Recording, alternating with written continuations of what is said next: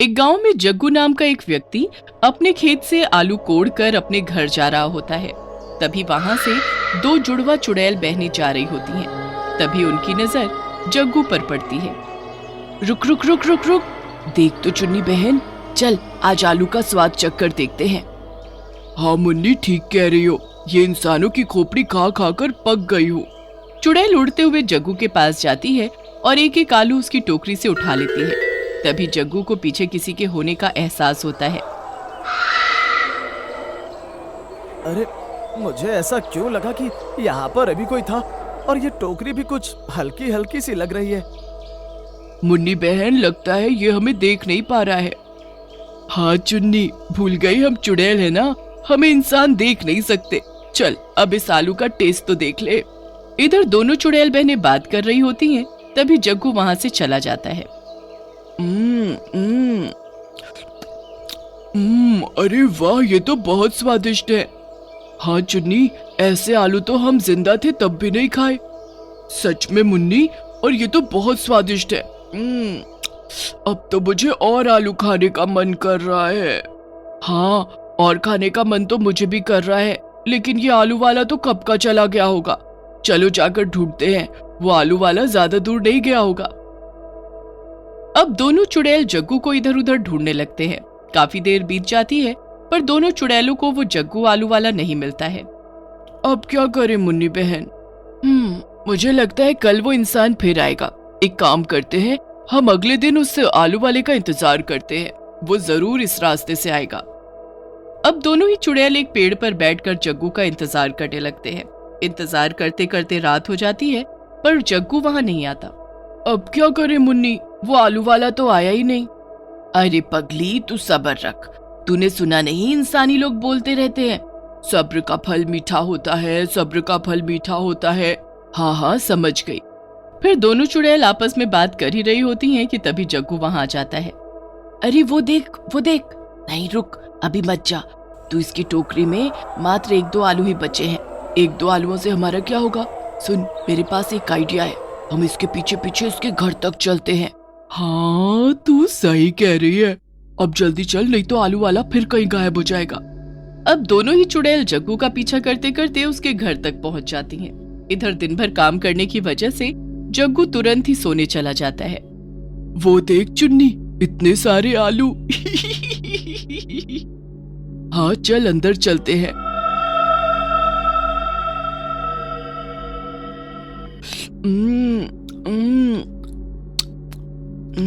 बहुत टेस्टी है। जी करता है मुन्नी, खाती रहूं खाती रहूं। हाँ चुन्नी, वैसे भी ये हाथ पैर मुंडी खा खा के मेरा पेट भी खराब होते जा रहा है। मुन्नी, आलू देखकर मुझे एक गाने की याद आ गई, सुनाऊं क्या? हाँ हाँ सुना ना।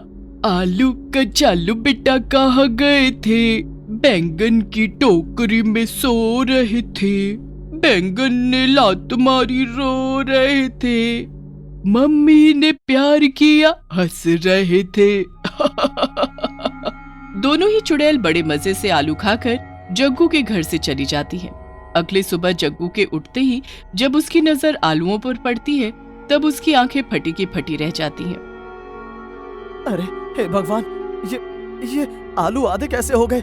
कल रात तो मैंने पूरी टोकरियां भर भर कर रखी थी, ये आधे आलू कहाँ चले गए? कहीं किसी ने चुरा तो नहीं लिए? अरे कौन है ये चोर? एक बार हत्थे चढ़ जाए तो फिर मैं छोड़ूंगा नहीं। जग्गू को लगता है कि मेरे आलू किसी ने चुरा लिए हैं। अब जग्गू फिर से बचे हुए आलूओं को लेकर बाजार चला जाता है। अरे भैया, आलू ले लो, आलू केवल 20 रुपए किलो दे रहा हूँ। आलू ले लो, आलू आलू ले लो, आलू। शाम होते ही जग्गू के सारे आलू बिक जाते हैं। तभी वो फिर से अपने घर चला जाता है। घर जाकर जग्गू खाना वाना खाकर थोड़ी ही देर में सोने चला जाता है। थोड़ी ही देर में पूरी तरह से रात हो जाती है। तभी वो दोनों चुड़ैल बहनें जग्गू के घर आ जाती हैं। मुन्नी, आज तो बहुत जोर की भूख लगी है। हाँ चुन्नी, भूख तो मुझे भी लगी है। तभी चुड़ैल अंदर आती है और फिर से आलू खाने लगती है। अब दोनों ही चुड़ैल बहनें धीरे धीरे करके सारे आलू को खा जाती हैं। फिर आलू खत्म होते ही वो चली जाती हैं। सुबह होते ही जग्गू की नजर जब आलू पर पड़ती है तभी जग्गू के होश उड़ जाते हैं। जग्गू ये सब देख ही रहा होता है कि तभी जग्गू के बाहर दिनराम सेठ आ जाता है। जग्गू, जग्गू, अरे ओ जग्गू, कहाँ गया? चल पैसे दे मेरे। सेठ, आप यहाँ अंदर आइए, बाहर क्यों खड़े हैं? सुन जग्गू, मैं बैठने बैठाने नहीं आया हूँ, मैं अपने पैसे लेने आया हूँ। सेठ, आज तो पैसे नहीं दे पाऊंगा। पैसे नहीं दे पाएगा? क्यों, क्या हुआ? तभी जग्गू सेठ को अपने साथ हुई घटना को बताता है। दिनराम सेठ को जग्गू की बातों पर विश्वास नहीं होता। दिनराम सेठ को यही लगता है कि ये पैसे न देने की वजह से बहाने बना रहा है। मैं सब समझता हूँ जग्गू, तू बहाने बना रहा है। मैं तुझे बस 2 दिन का मौका देता हूँ, 2 दिन के अंदर पैसे लौटा दे, वरना। इतना कहकर सेठ वहां से चला जाता है। तभी जग्गू मन ही मन सोचता है, हे भगवान, ये कैसी दुविधा है। अब तो खेत के बचे हुए आलू ही निकाल कर बेचने होंगे। अब जग्गू दिन भर मेहनत करके खेत से आलू निकालता है। काम करते करते शाम हो जाती है। तभी जग्गू सारे आलू लेकर अपने घर चला जाता है। चलो, अब कल इसे बेचकर किसी तरह दिनराम सेठ का कर्जा चुका दूंगा। इतना कहकर अब जग्गू सोने चला जाता है।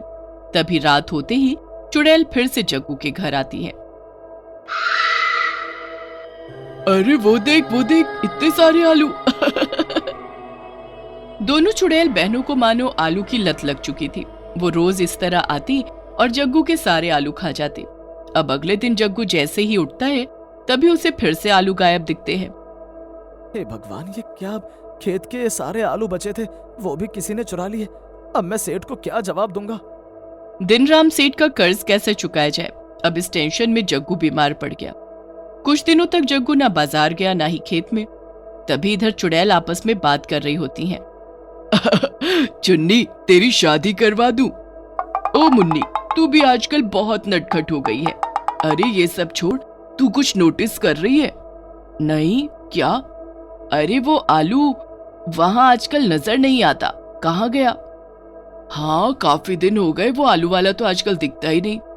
चल एक काम करते हैं, उसके घर ही देख कर आते हैं, इसी बहाने हमारी पेट पूजा भी हो जाएगी। दोनों चुड़ैल बहनें जग्गू के घर जाती हैं। वहां जाते ही उसे जग्गू खटिया पर पड़ा दिखाई देता है, जहां सामने एक डॉक्टर था। देखो जग्गू, दवाइयां खाते रहना, तुम जल्दी ठीक हो जाओगे। अरे डॉक्टर साहब, अब मैं ठीक तभी होऊंगा जब मेरे माथे से ये सेठ का कर्ज उतरेगा। डॉक्टर साहब, मेरे पास आपको देने के लिए पैसे तक नहीं है। अरे जग्गू, कर देना छोटी बात, तू क्या मेरे पैसे लेकर भागे जा रहा है? जब तेरे पास पैसे आए तब दे देना। चलो अब मैं चलता हूँ। दोनों चुड़ैल बहनें ये सब देखकर हक्की बक्की रह जाती हैं। तभी दोनों अचानक गायब हो जाती हैं। ये क्या मुन्नी, हमारी वजह से वो बेचारा भला आदमी तो बीमार हो गया, अब क्या करे? चुन्नी, हमसे बहुत बड़ी गलती हो गई। अब हमें किसी भी तरह उसके आलू वापस करने होंगे ताकि वो भला आदमी फिर से ठीक हो जाए और सेठ का कर्ज चुका सके। सुन चुन्नी, मेरे पास एक तरकीब है। हम उसके खेत में जाकर उसके आलू उगा देंगे, फिर भला आदमी उस आलूओं को बेचकर अपना कर्ज चुका लेगा और ठीक भी हो जाएगा। तभी दोनों चुड़ैल बहनें जग्गू के खेत में जाकर आलू की पैदावार लगाती हैं। कुछ दिन बीत जाते हैं पर आलू की फसल बहुत धीरे धीरे फल रही थी। चुन्नी बहन, अगर इस रफ्तार से आलू उगेंगे तो महीने भर में भी आलू की पैदावार नहीं हो पाएगी, अब क्या करें? फिर दोनों चुड़ैल बहनें चुड़ैलों के महाराज के पास जाती हैं। प्रणाम महाराज। खुश रहो, खुश रहो। कैसे आना हुआ, बोलो। महाराज, हम एक दुविधा में फंस गए हैं। कैसी दुविधा?